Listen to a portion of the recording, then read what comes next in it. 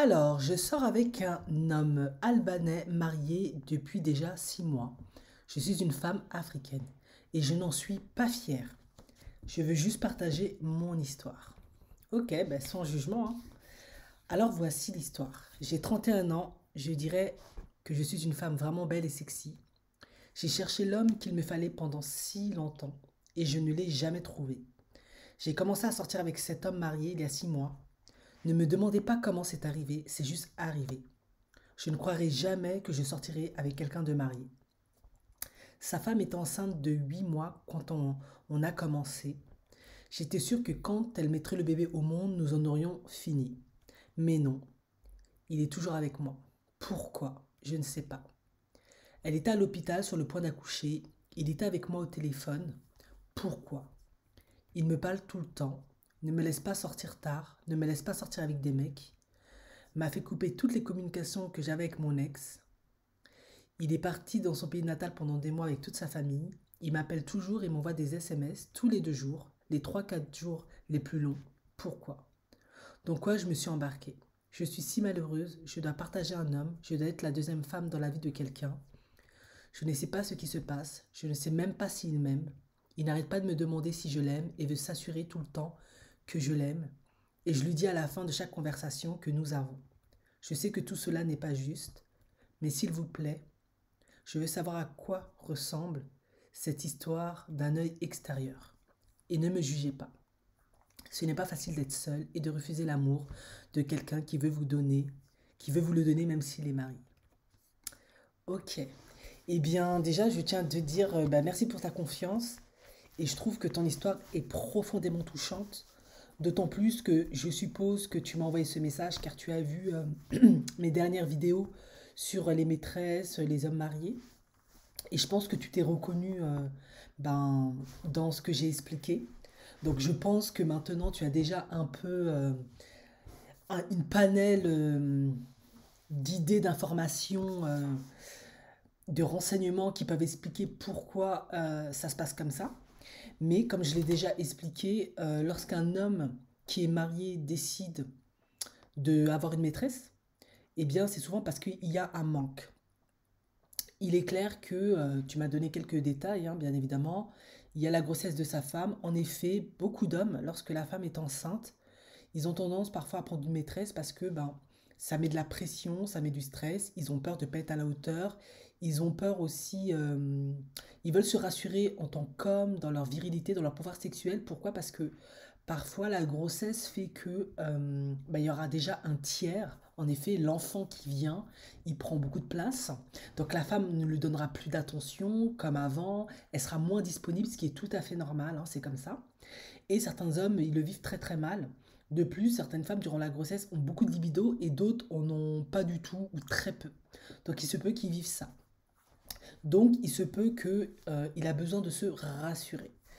Et visiblement, ce manque, cette souffrance fait que il veut peut-être aussi revivre comme une romance, une nouvelle histoire, comme s'il était célibataire, où il y a du romantisme, on se prend pas la tête, il y a pas de pression, quelqu'un est complètement disponible, et ça rejoint parfaitement ce que tu dis lorsque tu expliques que il a mis loin ton ex, il veut pas que tu rentres tard. En gros, il veut que tu sois disponible pour lui, tu sois fraîche pimpante. Il veut vivre avec toi tous les moments où il se prend pas la tête, il n'y a pas de stress, c'est fun, il y a du romantisme, du sexe sans prise de tête, on peut se lâcher, on peut vraiment. Voilà.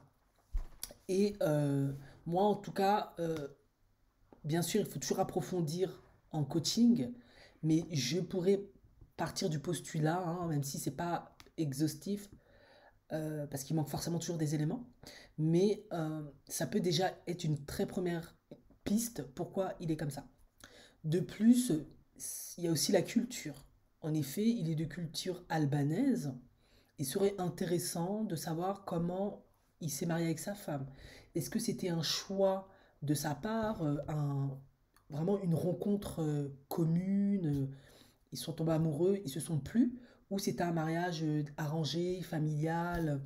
C'est aussi c'est intéressant à savoir parce que effectivement, souvent lorsque on se retrouve dans des situations comme ça, eh bien ça peut amener à avoir des maîtresses parce qu'on est avec la personne par raison, convenance, choix de la famille, et bah, peut-être qu'il n'y a pas vraiment d'attachement, et du coup on a envie de vivre quelque chose d'autre à l'extérieur. Et bien évidemment, il y a aussi toujours l'histoire transgénérationnelle, hein. Est-ce que les parents, ou un des deux parents était comme ça, avait une maîtresse ou pas, etc. Donc voilà, ça c'est déjà des premières pistes qui peuvent, j'espère, t'aider.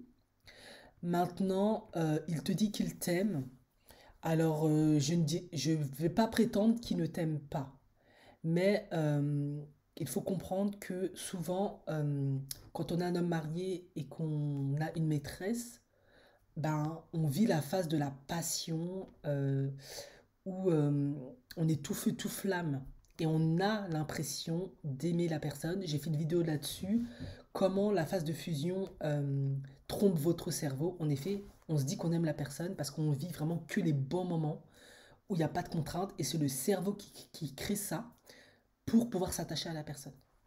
Donc, il se peut que cette histoire, après quelque temps, quand l'enfant aura grandi, quand la femme aura peut-être retrouvé son énergie, elle sera plus disponible, ses formes, voilà, et bien peut-être que ça peut s'arrêter ou ça va peut-être continuer, mais est-ce qu'il t'aime? Bah, c'est toujours difficile à dire lorsqu'on est dans une situation où, où l'homme il est en train de compartimenter, parce que ben, est-ce que c'est vraiment de l'amour finalement? Ça c'est la question. L'amour, ça se veut quand même apaisé, ça se veut quand même, on se sent bien, on se sent calme, on se sent vraiment bien avec soi-même.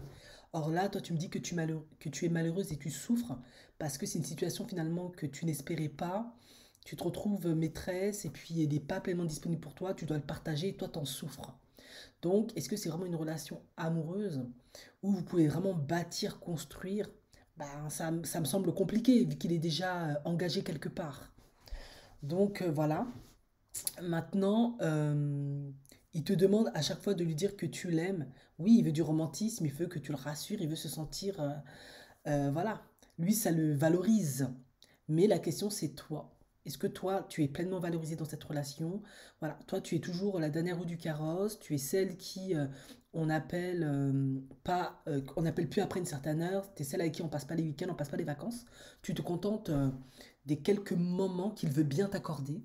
Et oui, en effet, il y a un problème de place. Et du coup, il serait intéressant de ton côté du coup, de t'interroger sur ta capacité à t'engager dans une relation. Pourquoi? Pourquoi tu te retrouves avec un homme qui n'est pas disponible? Quelle était ta relation avec ton père? Est-ce que ton père était présent? Est-ce qu'il était disponible psychologiquement, émotionnellement? Ta mère, est-ce qu'elle a été une femme qui a été trompée? Est-ce qu'elle-même, elle a été infidèle? Est-ce que ton père a été un homme infidèle? Est-ce qu'il a été un homme trompé? Voilà, toutes ces questions peuvent expliquer pourquoi tu te retrouves dans cette situation. Il y a aussi qu'est-ce que tu aimes à l'idée aussi peut-être inconsciemment d'être avec un homme marié, ce qui signifie que tu n'as pas besoin d'être constamment disponible pour cet homme, donc tu peux jouir d'une liberté, d'une indépendance. Comme je l'ai dit, il y a peut-être aussi une peur de s'engager, une peur de prendre des risques. Tu aimes aussi peut-être tous ces instants volés, interdits. Voilà, il y a plein de raisons. Je t'invite à regarder la vidéo que j'ai faite sur la raison pourquoi on se retrouve maîtresse, qui peuvent faire que tu te retrouves dans cette situation-là. Mais il y a une chose qui est sûre, c'est que si maintenant tu es malheureuse et tu souffres, eh bien c'est plutôt bon signe, parce que maintenant tu commences à te poser les bonnes questions. Et le fait de comprendre pourquoi tu te retrouves dans cette situation, ça va te faire prendre conscience, en tout cas conscientiser inconsciemment tous les mécanismes qui ont fait que tu t'es retrouvé dans cette situation, qui sont liés à ton histoire transgénérationnelle, le passé, qui fait qu'aujourd'hui ton présent est comme ça. Et la chose positive, c'est que maintenant, tu vas pouvoir gagner en liberté, en, en une meilleure estime de toi-même, tu vas pouvoir mieux t'aimer, mieux t'apprécier, avoir une meilleure perception de toi-même, et enfin pouvoir te retrouver avec un homme qui sera pleinement là pour toi, disponible pour toi, qui va pouvoir faire de lui, de toi sa femme, qui va pouvoir t'aimer. Donc c'est très bien que tu aies écrit parce que c'est comme ça que ça commence, hein. Chaque souffrance est une indication qu'il faut que quelque chose se transforme en nous.